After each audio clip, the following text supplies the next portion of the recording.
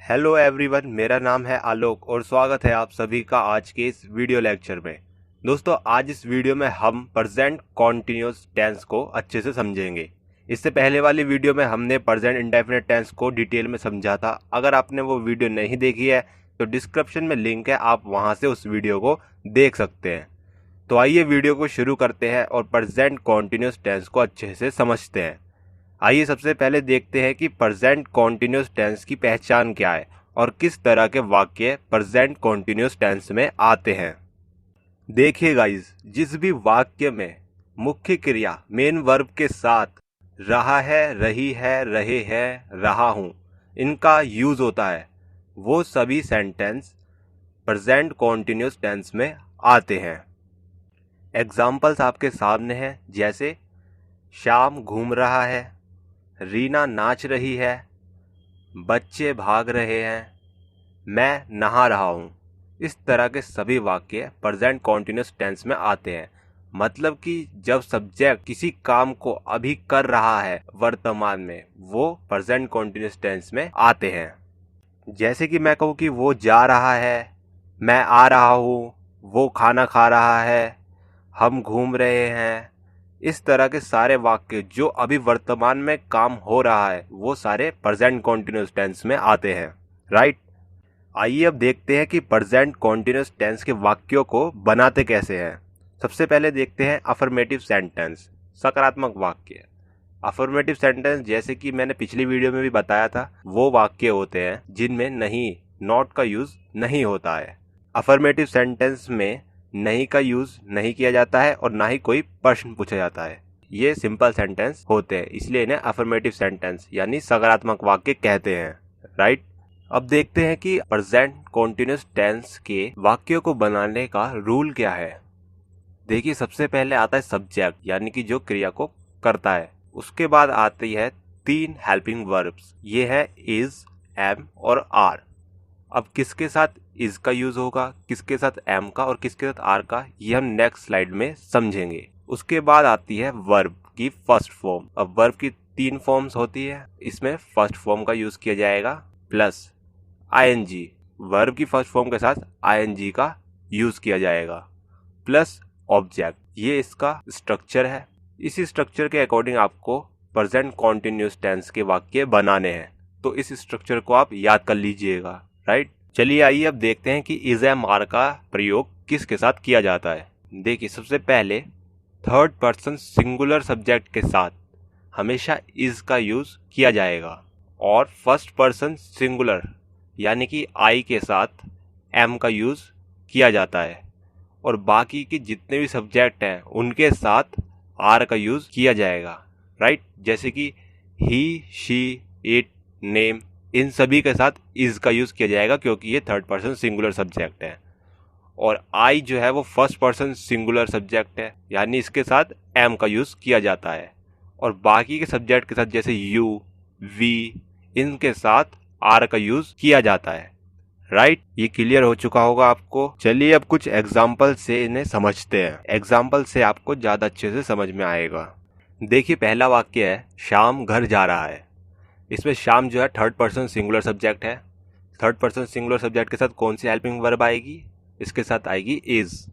तो श्याम इज। अब क्रिया हो रही है जाने की। जाने को इंग्लिश में कहते हैं गो। फर्स्ट फॉर्म आएगी गो, उसके साथ लगेगा आईएनजी, तो ये बन जाएगा गोइंग। और ऑब्जेक्ट में आ जाएगा होम, क्योंकि श्याम कहाँ जा रहा है, घर जा रहा है, तो आ जाएगा होम। तो ये सेंटेंस बन जाएगा श्याम घर जा रहा है, Shyam is going home, right. Next है मैं खेल रहा हूँ। इसमें मैं जो है वो फर्स्ट पर्सन सिंगुलर सब्जेक्ट है, यानी कि आई।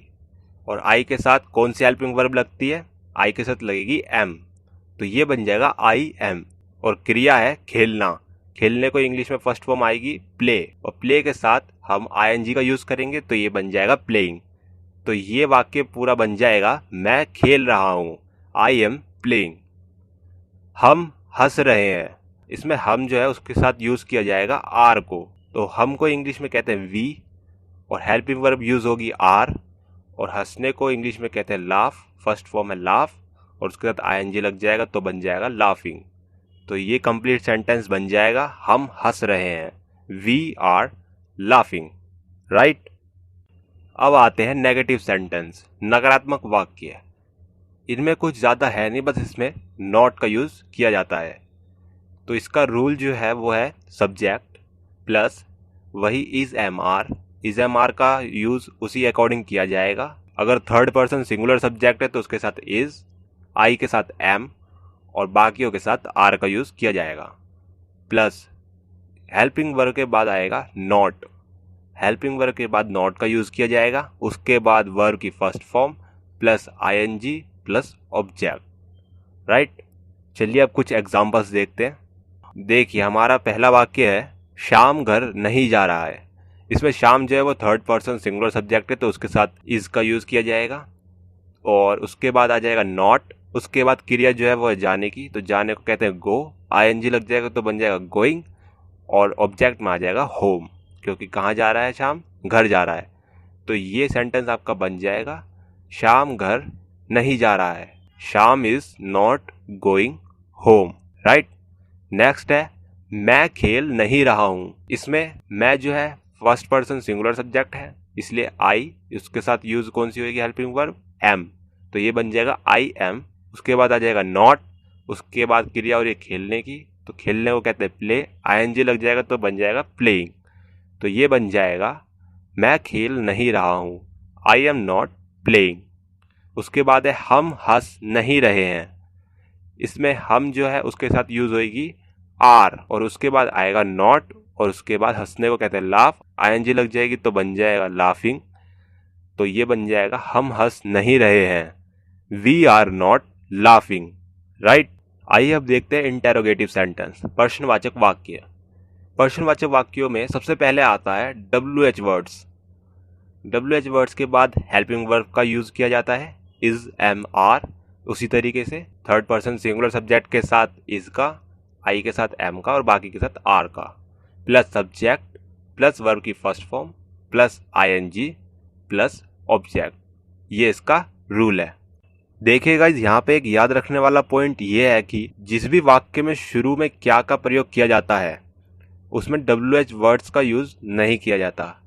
या फिर यूं समझ लीजिए कि जिस भी सवाल का जवाब आप एक शब्द में हाँ या ना में दे सकते हैं उसमें WH वर्ड्स का यूज नहीं किया जाता।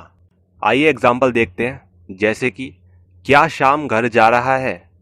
अब इस वाक्य में क्या वाक्य के स्टार्टिंग में आ रहा है और इस सवाल का जवाब आप हाँ या ना में दे सकते हैं। जैसे कि अगर शाम घर जा रहा है तो आप हाँ कह सकते हैं और नहीं जा रहा है तो आप नहीं कह सकते हैं।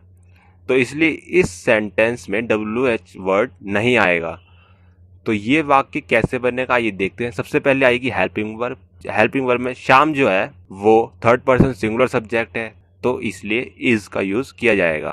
तो सबसे पहले आएगा इज, उसके बाद श्याम, श्याम जो है वो सब्जेक्ट है, उसके बाद जाने की क्रिया हो रही है तो गो, आईएनजी लग जाएगा तो गोइंग बन जाएगा। उसके बाद होम, तो ये सेंटेंस बन जाएगा क्या श्याम घर जा रहा है, is Shyam going home. Next है क्या मैं खेल रहा हूँ। इस वाक्य में भी क्या पहले आ रहा है और आप इस सवाल का जवाब भी हाँ या ना में दे सकते हैं। तो इसमें भी सबसे पहले हेल्पिंग वर्ब आएगी। हेल्पिंग वर्ब आई के साथ एम का यूज किया जाता है तो सबसे पहले एम आएगा, उसके बाद सब्जेक्ट यानी आई, उसके बाद क्रिया है खेलना तो आ जाएगा प्ले, आईएनजी लग जाएगा तो बन जाएगा प्लेइंग।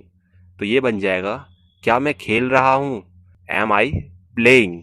इसके बाद अगला वाक्य है हमारा तुम हंस क्यों रहे हो। इस सवाल का जवाब आप हाँ या ना में नहीं दे सकते, इसके लिए आपको पूरा वाक्य बोलना पड़ेगा। तो इसलिए इसमें WH ग्रुप का यूज किया जाएगा। तो ये वाक्य है तुम हंस क्यों रहे हो। तो इसमें सबसे पहले WH वर्ड आएगा। WH वर्ड में आएगा क्यों यानी कि वाई, वाई के बाद आएगा हेल्पिंग वर्ब। तुम जो है उसके साथ हेल्पिंग वर्ब लगेगी आर, तो सबसे पहले आएगा वाई, उसके बाद आएगा आर, उसके बाद आएगा यू, वाई आर यू। उसके बाद हंसना, हंसने को कहते हैं लाफ, आईएनजी लग जाएगा लाफिंग।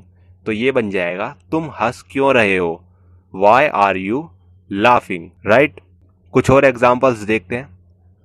रीना कौन सा खेल खेल रही है। अब इसमें सबसे पहले WH वर्ड आएगा तो कौन सा, कौन से को इंग्लिश में कहते हैं विच, और विच के बाद गेम और हेल्पिंग वर्ब लगेगी रीना, क्योंकि एक नाम है, थर्ड पर्सन सिंगुलर सब्जेक्ट है तो उसके साथ इज का यूज़ किया जाएगा, तो आएगा इज, उसके बाद आएगी रीना, उसके बाद खेलना, खेलने को कहते हैं प्ले, और आईएनजी लग जाएगा तो बन जाएगा प्लेइंग। तो ये आपका बन जाएगा रीना कौन सा खेल खेल रही है, which game is Reena playing, right. उसके बाद नेक्स्ट सेंटेंस है हमारा, पापा उसे क्यों डांट रहे हैं। इसमें क्यों सबसे पहले आएगा वाई, उसके बाद हेल्पिंग वर्ब लगेगी इज, उसके बाद आएगा फादर, उसके बाद डांटने को इंग्लिश में कहते हैं स्कोल्ड, आईएनजी लग जाएगी तो बन जाएगा स्कोल्डिंग, उसके बाद उसे को इंग्लिश में कहते हैं हिम। तो ये बन जाएगा कंप्लीट सेंटेंस आपका, पापा उसे क्यों डांट रहे हैं, why is father scolding him, right. उसके बाद आता है तुम क्या सोच रहे हो। इसमें सबसे पहले आएगा वाट, उसके बाद आएगा आर, उसके बाद आएगा यू, उसके बाद सोचने को कहते हैं थिंक, और आईएनजी लग जाएगी तो बन जाएगा थिंकिंग। तो ये बन जाएगा आपका तुम क्या सोच रहे हो, what are you thinking, right. तो ये आपके बन गए इंटेरोगेटिव सेंटेंस। तो ये था present continuous tense.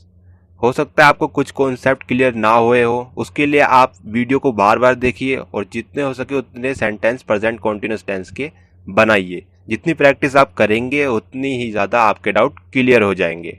I hope ये वीडियो लेक्चर आपको पसंद आया होगा। अगर पसंद आया हो तो लाइक एंड शेयर ज़रूर करिएगा और चैनल को सब्सक्राइब ज़रूर करिएगा। Thank you so much for watching this video guys. फिर मुलाकात होगी नेक्स्ट वीडियो लेक्चर में, तब तक के लिए धन्यवाद।